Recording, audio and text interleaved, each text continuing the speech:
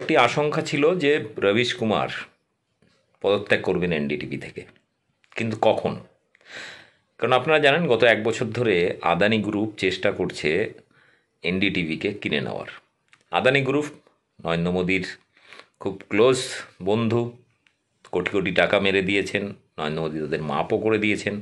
তো সেই আদানি গ্রুপ যে ভারতবর্ষের সমস্ত সরকারি এবং প্রাকৃতিক সম্পদগুলো লুট করার জন্য ধারাবাহিকভাবে মোদিজি তাকে সাপোর্টও করে গেছেন।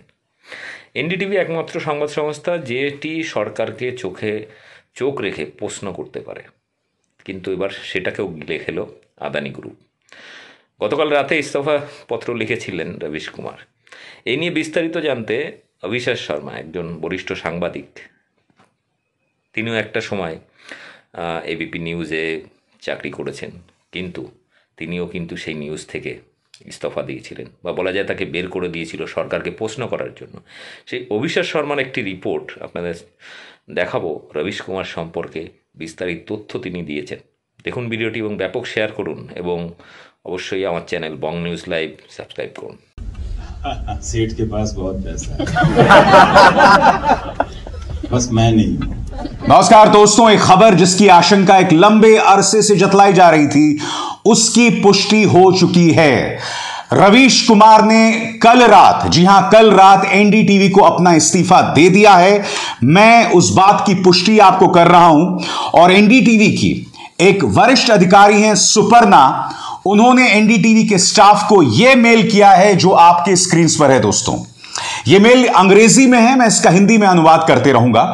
सुपर्णा लिखती हैं, Ravish has resigned from NDTV and the company has agreed to his request for his resignation to be effective immediately. Suparna लिखती हैं कि रवीश ने अपने पद से इस्तीफा दे दिया है और कंपनी ने उनकी रिक्वेस्ट, उनकी अपील को मान लिया है। आगे, few journalists have impacted people as much as Ravish.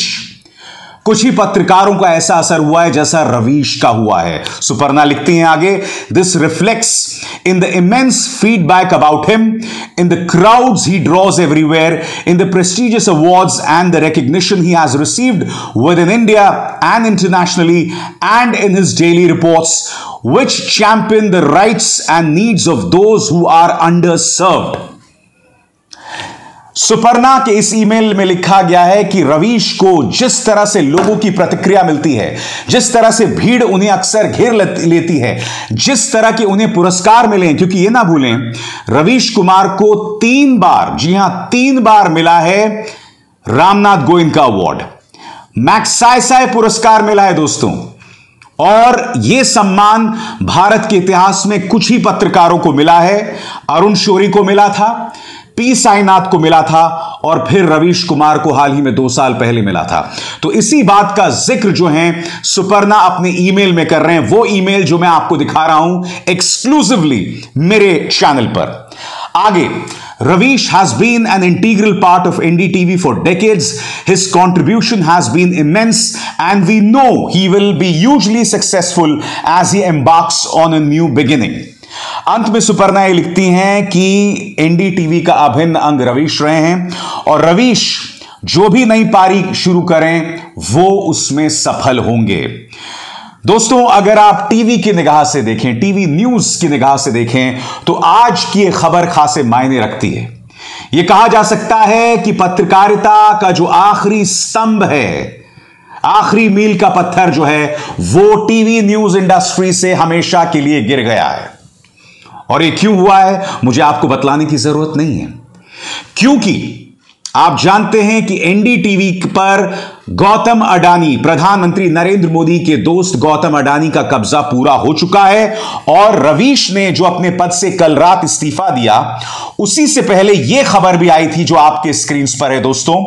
इस खबर के मुताबिक एनडीटीवी के एक होल्डिंग बोर्ड से कल ही डॉक्टर प्रणॉय रॉय और राधिका रॉय ने इस्तीफा दे दिया है। बीबीसी की खबर कहती है, प्रणॉय रॉय और राधिका रॉय का होल्डिंग कंपनी से इस्तीफा एनडीटीवी में चल क्या रहा है। और बीबीसी ने बाकायदा कुछ बिंदु पेश किए हैं जो मैं चाहूंगा आप सुने।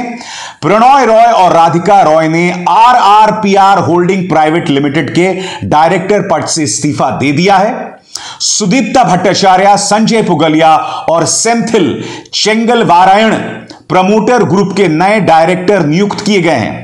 ये जो लोग हैं दोस्तों, सेंथिल चेंगलवारायण और संजय पुगलिया, ये दोनों गौतम अडानी के खास हैं और उनके मीडिया स्ट्रैटेजी के प्रमुख हैं। आगे बीबीसी क्या कहती है, ये बदलाव promoter group RRPR holding private limited में हुए हैं। प्रणॉय रॉय अभी एनडीटीवी के एग्जीक्यूटिव को चेयरपर्सन हैं। अडानी की एनडीटीवी पर मालिकाना हक की तैयारी, एनडीटीवी में 26% अतिरिक्त हिस्सेदारी खरीदने के लिए ओपन ऑफर लाई है।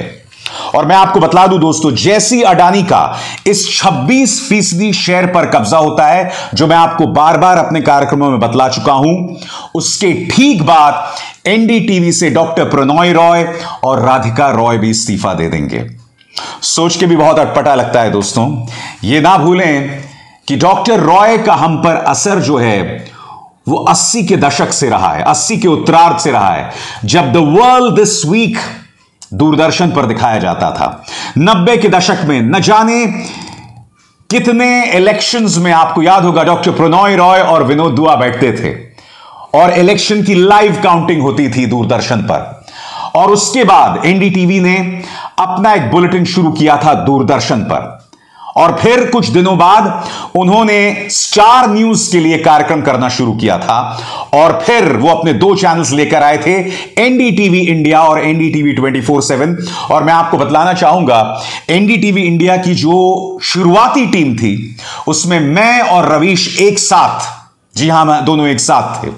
उस वक्त उस चैनल के संपादक थे दिबांग, जो आज तक से आए थे।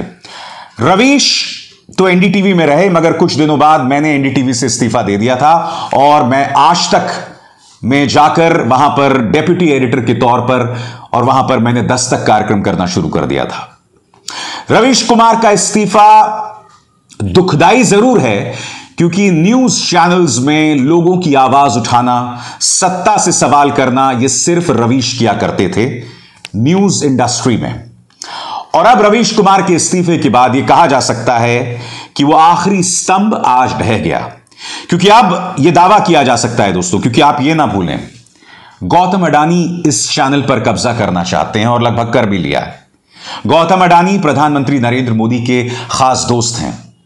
गौतम अडानी कहीं ना कहीं प्रधानमंत्री नरेंद्र मोदी का यहां पर काम कर रहे हैं, क्योंकि यह ना भूलें, प्रधानमंत्री एनडीटीवी से 2 वजहों से नाराज थे। नंबर 1, जिस तरह से 2002 में जो गुजरात दंगे हुए थे, एनडीटीवी ने बार बार प्रधानमंत्री नरेंद्र मोदी से सवाल उठाया था। नंबर 2, 2007-2008 की वो मीटिंग, वो लंच मीटिंग, जिसमें डॉक्टर प्रणॉय रॉय ने एक कमरे में कई अन्य पत्रकारों की मौजूदगी में मुख्यमंत्री नरेंद्र मोदी से कुछ कठिन सवाल किए थे, जिससे वो पूरी तरह से हिल गए थे। नतीजा यह था कि वो बगैर लंच या शायद डिनर किए बगैर ही उस बैठक को छोड़कर चले गए थे। वो दिन था और आज का दिन नरेंद्र मोदी कभी भी एनडीटीवी को माफ नहीं कर पाए। एनडीटीवी से जुड़े पत्रकारों से उन्हें खास एलर्जी रही है, चाहे वो रवीश हो, चाहे वो राजदीप सरदेसाई हो, चाहे वो बरखा दत्त हो। और आज रवीश का इस्तीफा जो है, वो एक तरह से कहा जा सकता है कि एनडीटीवी इंडिया में जो एक खासियत हुआ करती थी, वो हमेशा के लिए खत्म हो गई। क्योंकि रात को 9 बजे प्राइम टाइम में जब रवीश आते थे, तो वो तमाम लोग उस कार्यक्रम को देखते थे जिनकी आवाज आप कहीं किसी न्यूज चैनल पर नहीं देखते थे। आज वो आवाज हमेशा के लिए बंद हो गई है। और अगर आप ये जानना चाहते हैं कि आने वाले दिनों में एनडीटीवी का क्या चेहरा होने वाला है, तो आपको गौर करना पड़ेगा कि गौतम अडानी के मीडिया स्ट्रैटेजी के प्रमुख संजय पुगलिया ने क्या कहा था। संजय पुगलिया ने साफ तौर पर कहा था कि मैं एक ऐसा चैनल बनाना चाहता हूं जो रेटिंग्स में नंबर 1 होगा। और आप जानते हैं, आज की तारीख में अगर आपको रेटिंग्स में नंबर 1 बनाना है अपने चैनल को, तो आपको वही जहर दिखाना पड़ेगा जो आप रिपब्लिक न्यूज में देखते हैं, जी न्यूज में देखते हैं, एबीपी न्यूज में देखते हैं और उन तमाम कचरा न्यूज चैनल्स में देखते हैं। मगर गौतम अडानी को मेरी एक नसीहत, यह ना भूलें कि कचरा और जहर दिखाने वाले ढेरों चैनल्स हैं। एनडीटीवी की एक ताकत रही है, एक खासियत रही है। अगर आप उसी को खत्म कर देंगे तो लोग फिर एनडीटीवी को क्यों देखेंगे? फिर क्या फर्क रह जाएगा एनडीटीवी इंडिया और रिपब्लिक या आर भारत के बीच में? दोस्तों, अब आपके सामने एक सवाल होगा कि अब इसके बाद क्या? आखिर रवीश अब इसके बाद क्या करने वाले? लोगों के जहन में एक बड़ा सवाल बना हुआ है। तो रवीश अपना यूट्यूब चैनल एक अरसे से चला ही रहे हैं, फेसबुक पर भी उनका पेज है, तो जाहिर सी बात है अब वो पत्रकारिता जो है यूट्यूब और फेसबुक के जरिए करने वाले हैं, जिस तरह से मैं पिछले कई सालों से, पिछले 4 सालों से आपको कर रहा हूं। रवीश को इस बात का आभास होने में वक्त लग गया कि टीवी न्यूज चैनल्स जो हैं वो लोगों की आवाज नहीं उठाते। यही वजह था कि आज से 4 साल पहले मैंने एबीपी न्यूज से इस्तीफा दे दिया था। मगर रवीश के पीछे डॉक्टर प्रणॉय रॉय का हाथ था, जो उन्हें आजादी दे रहे थे इस तरह की पत्रकारिता करने का।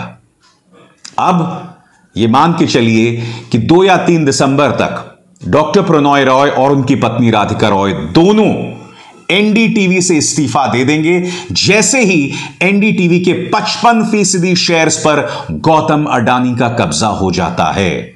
बड़ा प्रश्न यही किया जा रहा है कि क्या एनडीटीवी के एडिटोरियल पर, संपादकीय पर डॉक्टर प्रणॉय रॉय का कब्जा रहेगा? रवीश का जाना उनके लिए एक बहुत बड़ा झटका है। मगर रवीश का इस्तीफा जो उन्होंने स्वीकार कर लिया, वो इस बात को बतला रहा है कि खुद आने वाले दिनों को लेकर कितने निराशावादी हैं डॉक्टर प्रणॉय रॉय। वो जानते हैं कि एनडीटीवी की क्या हालत होने वाली है। यह अपने आप में बहुत दुख की बात है दोस्तों कि अब हर न्यूज चैनल एक साथ दिखाई देगा। इसलिए जो अपील रवीश कुमार भी करते थे और मैं भी करता रहता हूं, न्यूज चैनल्स देखना बंद कीजिए। वो आपकी आवाज नहीं उठाते, वो आपके नसों में सिर्फ जहर भरते हैं और इसके अलावा कुछ नहीं। अभिसार शर्मा को दीजिए इजाजत। नमस्कार। स्वतंत्र और आजाद पत्रकारिता का समर्थन कीजिए, सच में मेरा साथी बनिए। बहुत आसान है दोस्तों, इस ज्वाइन बटन को दबाइए और आपके सामने आएंगे ये 3 विकल्प, इनमें से एक चुनिए और सच के इस सफर में मेरा साथी बनिए।